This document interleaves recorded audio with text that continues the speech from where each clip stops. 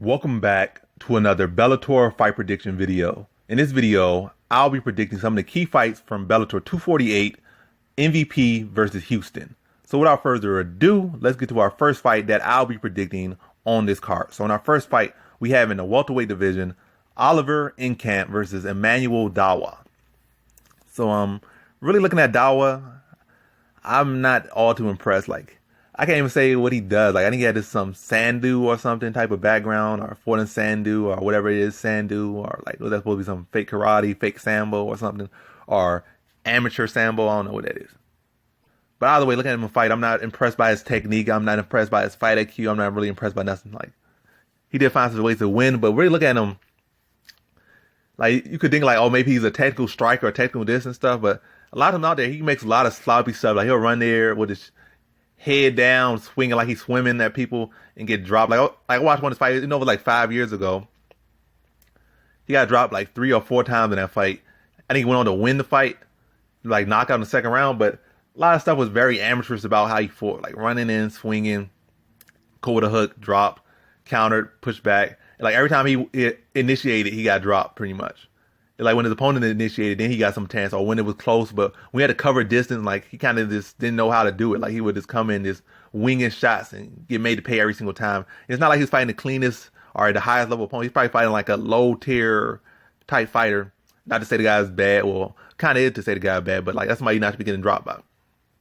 Just running in, swinging. And then even watching the most recent stuff from him, him sparring from 2019 or some video. It's still he kind of cleaned up a little bit about what he's done, but still look herky jerky and a little bit sloppy.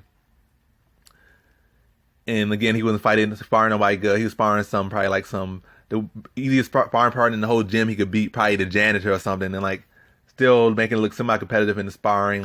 So I was not, I said, still not impressed by him.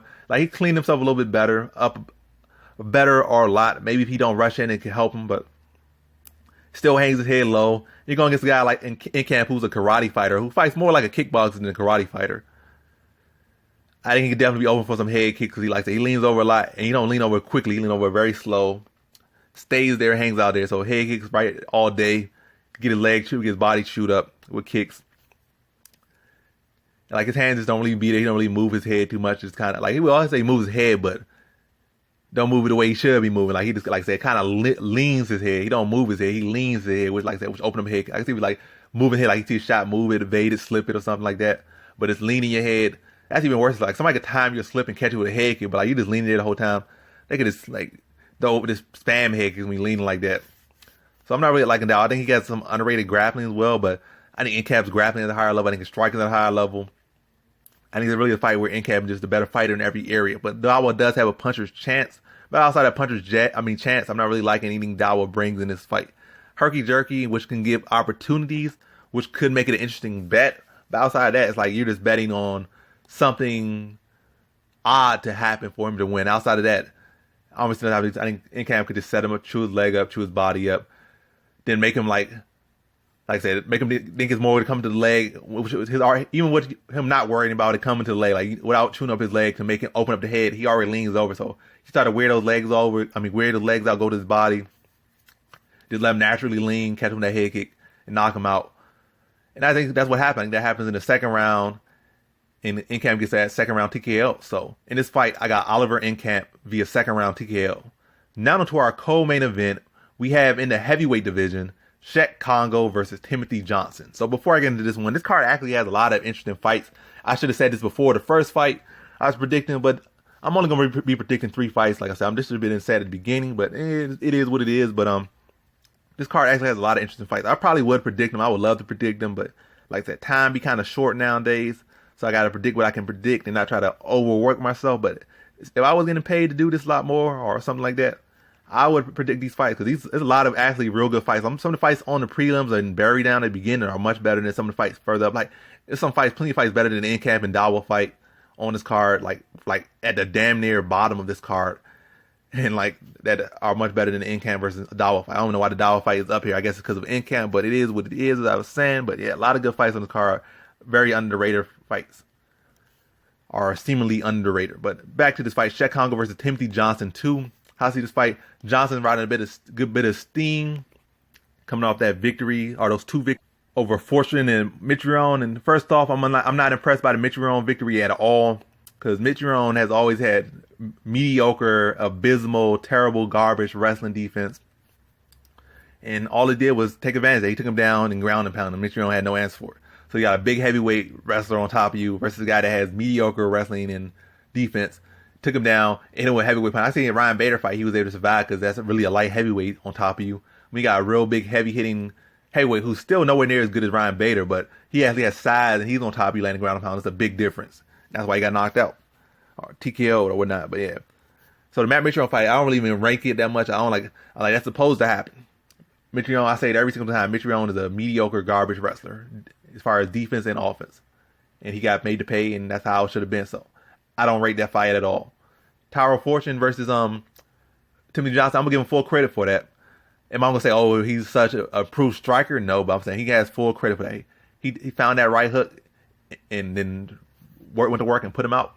Impressive performance from Timothy Johnson. But what I'm gonna say is that impressive performance from Timothy Johnson, but he was fighting a shorter fighter in a wrestler, and he was the more technical striker. That's what it comes down to. But going against Cheick Kongo is taller, well, probably the same height roughly. But he is the longer fighter as far as striking wise, and a much better striker, and has more power in his strike. And Cheick Kongo doesn't have the best wrestling defense either, but it's definitely far from mediocre like Matt Mitrione. So Cheick Kongo at least been working on his wrestling offense. It was seen against Alexander Volkov. He destroyed Volkov in that fight some years back. And then you saw in the Volkov fight, you saw his offensive wrestling, saw his offensive ground and pound improvements there, big improvements. Wrestling defense has improved, even though it looked the best against Ryan Bader. But Ryan Bader is some of the cream of one of the best wrestlers in MMA history. Don't even disrespect him like that. One of the best wrestlers in MMA history. So is Kimo when he's not completely broken down. So you kind of try to bring those up, but Timothy Johnson isn't that level of a wrestler. And even when he was in UFC, he was more so like a guy who had wrestling, but more was like a dirty boxer as far as with his wrestling and as far as in the UFC. Kind of a barroom brawler wrestler type fighter. Gonna keep it up standing, kind of try to lock you up and bully you in the clinch. But can't do that against Cheick Kongo. Cheick Kongo's better in the clinch. Cheick Kongo's stronger in the clinch. Cheick Kongo would throw his knees in the clinch.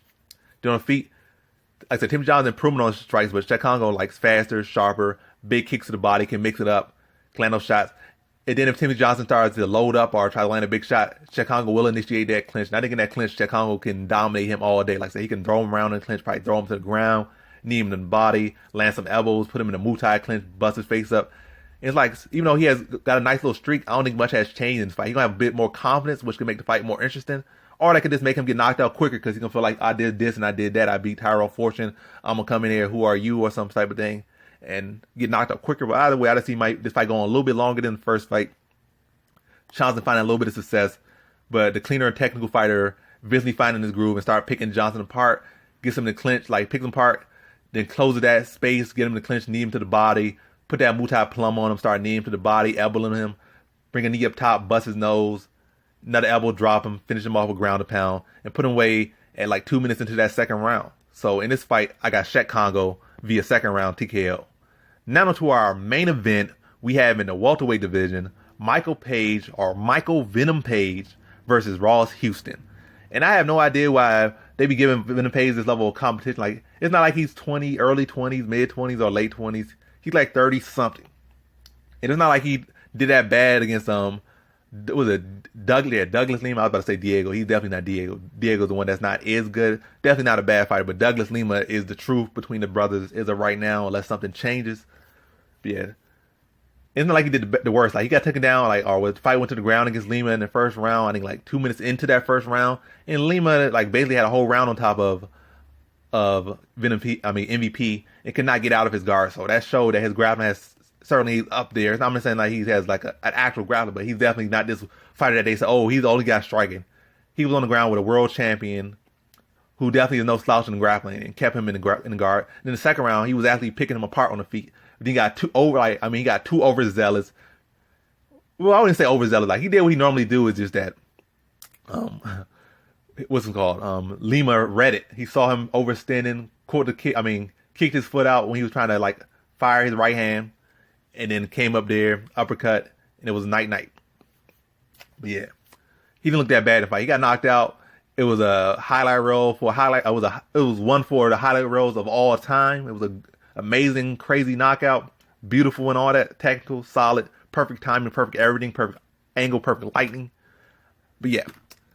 But outside that knockout, it was a pretty decent fight for him. It wasn't like say, oh, he looked like a guy that didn't. He looked like, well, basically what I'm saying, it looked like he belonged with the very best of the division. So it's not, I can see him running the fight back and having a much better performance. Is it guaranteed he wins? Probably not. Will he be likely be a big underdog? Or he'd probably be a decent underdog, but he wouldn't be like no -5. I mean, he wouldn't be no +500. He'd probably be like a +200 type thing. And that'd be fitting. Because he didn't look bad at all in that fight up until the knockout. So like he belongs. So why he's fighting guys that probably should never even get close to that level of competition, like Ross Houston. And Ross Houston, like you think about like this 8-0 guy, you would think he'd be like this young spring chicken, like early 20s, mid 20s, late 20s. But I think he's like 30, 32, 34 or something like that. I don't know. I heard it from something else, like when these fights he was in. But either way, he's in his 30s for sure. And he's 8-0, but I don't see nothing impressive from him. Like to get to the point and kind of stop dragging this one out a bit and kind of see what I see. Like what y'all want to hear from what I saw from watching Ross Houston versus Nicholas Dalby is that I saw him open for pretty much everything that MVP loves to do. I saw open for the little straight, also open for blitz. And Dalby I'm not saying Dalby's a bad fighter. Dalby is an amazing fighter and definitely an underrated fighter. And to the day he retires and to the day he dies, I'm always going to say Nicholas Dalby is a very underrated fighter. He can go in there with anyone and have a good performance. Will he beat anyone? No, but he could definitely go in there and he could look like he belongs in there with just about anyone. And Dalby is like a fighter. Good grappling, underrated grappling, amazing footwork, amazing striking. Is he like the best striker in the world at any weight class? No, but like I said, he could definitely clean and technical, good footwork, good fight IQ out there, and can hold on with just about anyone. And against Ross Houston, he just was really just catching Ross Houston with the right hand at will in that fight. Ross Houston, really the best thing about Ross Houston is that he's big. His grappling don't look amazing. Dalby was able to take him down multiple times and just butcher him on the ground, bust his face open. The best thing he landed in that fight was a short elbow, and it made the fight like it was competitive, but the fight was far from competitive. Only time Houston could even touch Dalby was when Dalby initiated him. Only time there was a fight was when Dalby initiated. Ross Houston, the best thing about him, he's like 6'3" at 170, so he cuts a lot of weight. He's big, he's big filled out. He's not lanky, he's big, kind of got a little bit of size on him, and plus he's tall. But outside that, he's slow. He don't have the power for all that size he has. Not that fast. He's like a bootleg Darren Till that thinks he's a grappler and is not neither. So he get like I say, he got some decent, okay, passable grappling, but I think Vince Pay might even be the out grappling. He's talking about he's going to submit MVP. But from what I've seen, his grappling on the ground didn't look the best. His offensive takedown looked bad. Had some decent scrambles at times, decent. But really was because of his strength and not really because of all that technique behind it. So he's big, got some size on him, but he's slow and very hittable. So it's like all he is a big punching bag for MVP. Like MVP could just run his fist into his face all day, catch him with kicks, spinning back kicks, spinning heel kicks, and like really just dance on this man. This man too slow. Big and slow. Big, slow punching bag. So I don't know what he's talking about. I think he called out, what's his name? This one, like Mickey Gall at one point. Or I say he wanted to fight Mickey Gall. And I think that's where his skill level is. I think he's at a Mickey Gall level right now. And I think Mickey Gall would dominate him on the ground. But yeah, I don't know why he's being thrown here with MVP, but clearly he has enough confidence to go in there. And I guess MVP wants that type of fight. But how I see this fight is that MVP can probably out-grab him and on the feet. He's open for the right hands all day. He's slow. Don't move his head at all. I think he got caught with the right hands 2 times back to back in the same exact way. Like literally one less than 1 second, he got cracked with the right hand by Dalby like twice back to back in less than a second. And then all he did was bounce up and down like that was going to. He didn't move his head. He just moved up and down. Like really, Dalby could have cracked him again, but he thought maybe he's going to actually counter me this time, or maybe he's going to actually block him. Maybe he's going to go a takedown this time. But no. All he did was move up and down. Like, this guy don't know how to move his head. He move his legs, he bounce up and down, but he don't know how to move his head. So he can be getting caught with right hands all day. Matter of fact, he might get knocked out in 1 second because, like I said, this guy big, slow, and don't move his head. Got some okay grappling, but really looked piss poor when he fought an actual solid fighter. So, like I said, I think MVP can actually out grapple him if he wanted to. And we see MVP get several submissions and look clean on the ground. And so MVP is definitely not no one-dimensional fighter. People want to say he is, but he's not. We see him get like at least 3 submissions in his career. So don't sleep on his grappling. But what I really see is a big, slow fighter that's a big, slow punching bag that's open for literally everything MVP specializes in and wants to do and loves to do out there. Not going to move his head. He's going to be there right in front of MVP for MVP to look real good and get another highlight reel knockout. And I see him kind of playing with him. Matter of fact, I don't think he's going to play with him. Yeah, I don't think he's going to play with him. I think he's going to touch him with some kicks, touch him some punches, give him some little feints, give him some little looks. Then walking right into a punch, like walking, make him think he leading dance, like, you know, being a low tier fighter that he is, thinking like, oh, I'm actually pressuring him, I'm actually getting him to move. Then he going like, as soon as he start moving forward, MVP gonna step back, explode, land that right hand, drop him, and knock him out in the first round. So in this fight, I got Michael Venom Page via first round TKO. And that concludes my fight predictions for some of the key fights for Bellator 248, MVP versus Houston. And as always, thanks for watching.